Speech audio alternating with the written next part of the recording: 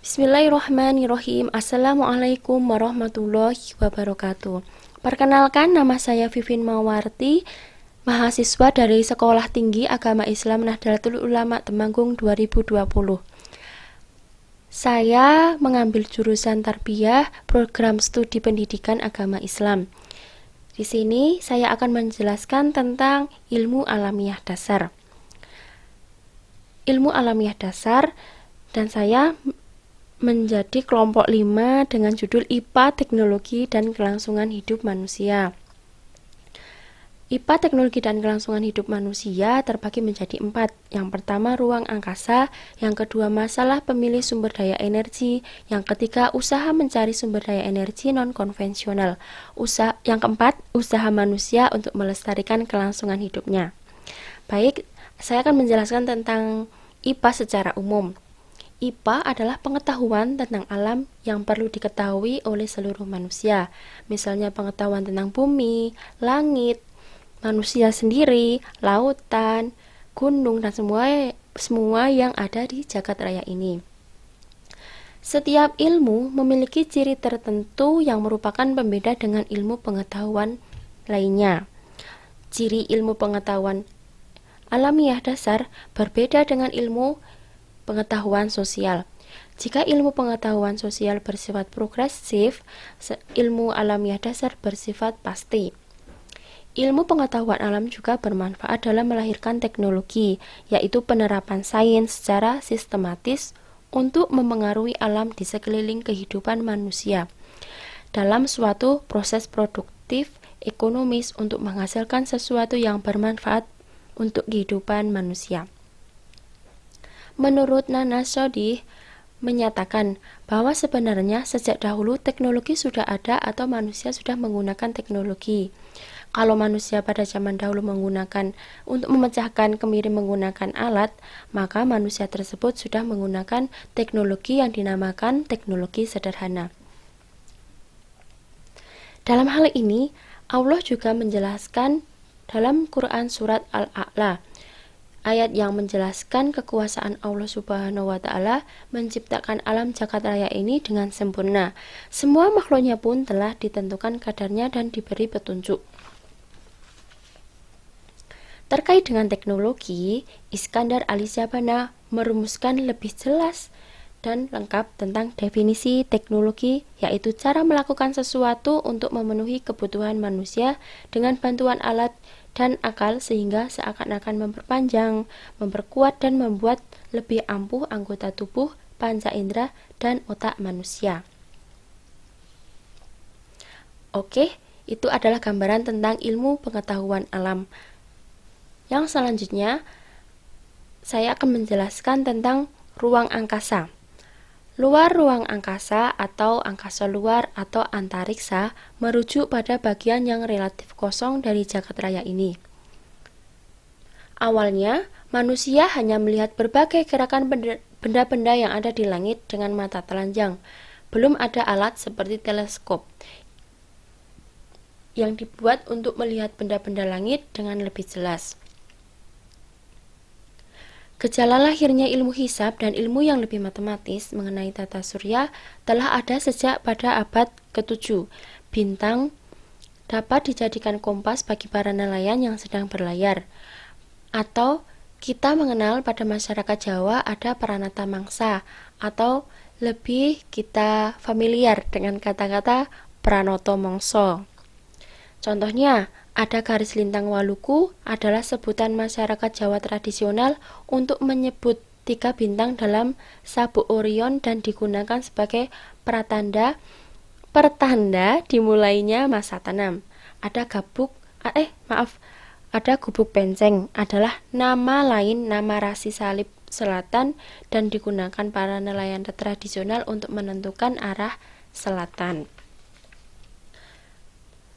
Tata surya adalah kumpulan benda-benda langit yang terdiri atas bintang yang disebut matahari dan semua objek yang mengelilinginya. Objek-objek tersebut terdiri atas 8 buah planet yang sudah diketahui dengan orbit berbentuk elips, 5 planet kerdil atau katai, 173 satelit alami yang telah diidentifikasi dan jutaan benda langit seperti asteroid, meteor, komet, dan lainnya. Dalam tata surya ada pembagian. Secara informal dibagi menjadi 3 zona. Ada zona tata surya bagian dalam, tata surya bagian daerah yang lebih jauh, dan tata surya bagian luar. Yang selanjutnya, yang kedua adalah masalah pemilih sumber daya energi. Pemanfaatan energi, ada pemanfaatan energi matahari, pemanfaatan energi gelombang, pemanfaatan energi angin, pemanfaatan energi bumi, dan ada pemanfaatan energi biogas, pemanfaatan energi biodiesel, pemanfaatan energi bioetanol. Berikut adalah termasuk energi non-konvensional. Pemanfaatan energi matahari. Matahari diciptakan oleh Allah sengaja untuk kehidupan manusia. Matahari memiliki cahaya yang sangat berguna untuk manusia sebagai penerangan.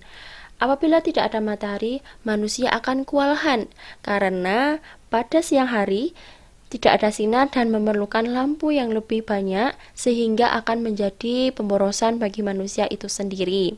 Maka kita harus berterima kasih kepada Allah Subhanahu wa Ta'ala yang telah menciptakan matahari untuk manusia. Selain itu, energi matahari digunakan untuk pembangkit listrik tenaga sinar matahari.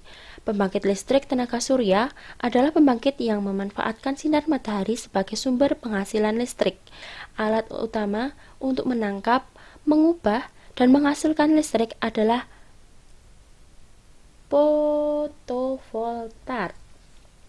fotovoltaik atau yang umum disebut dengan model panen solar cell.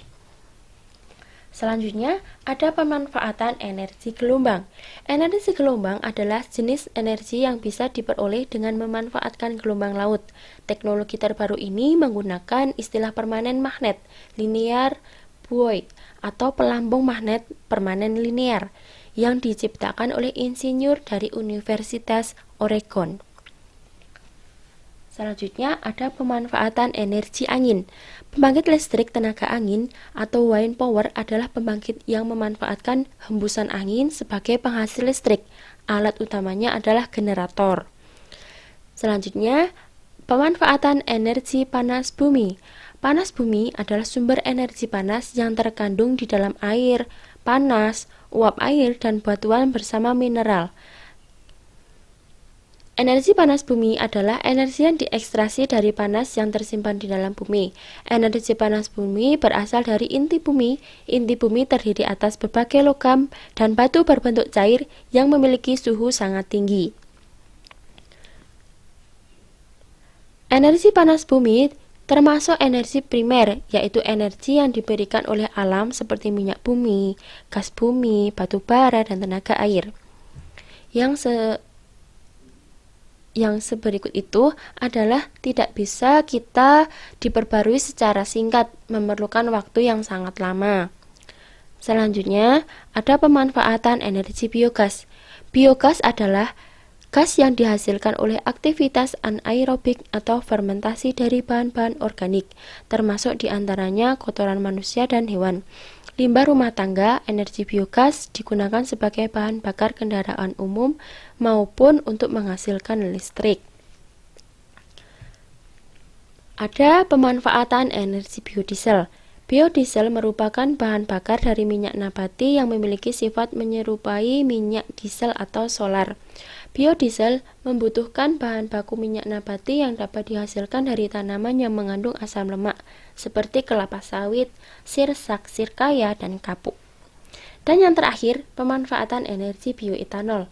Bioetanol adalah cairan biokimia dari proses fermentasi gula dari sumber karbohidrat menggunakan bantuan mikroorganisme. Dalam hal ini, sumber daya dalam energi yaitu sumber daya alam yang dimanfaatkan energinya untuk kebutuhan manusia dalam melangsungkan kehidupannya. Peranan IPA dan teknologi terhadap sumber daya alam. ada minyak bumi. Kita juga mengetahui bahwa minyak bumi merupakan bahan galian yang tidak dapat diperbarui secara singkat, artinya cuma sekali pakai. Minyak bumi itu berasal dari hasil fosil yang terbentuk secara alami dalam proses jutaan tahun lamanya yang jumlahnya juga terbatas. Pembakaran minyak bumi itu berupa gas-gas oksida, antara lain karbon dioksida yang berguna untuk fotosintesis pada tanaman, dan karbon monoksida yang bersifat sangat beracun yang mengakibatkan sel tidak bisa mengangkut O2 atau oksigen. Yang kedua adalah batu bara. Pembakaran batu bara tidak jauh beda dengan minyak bumi yang berbahaya dan menyesakkan nafas. Ketiga adalah air. Walaupun air tidak termasuk sumber daya alam yang tidak dapat diperbarui, tetapi penyaringan kembali air tidak selalu dapat sempurna.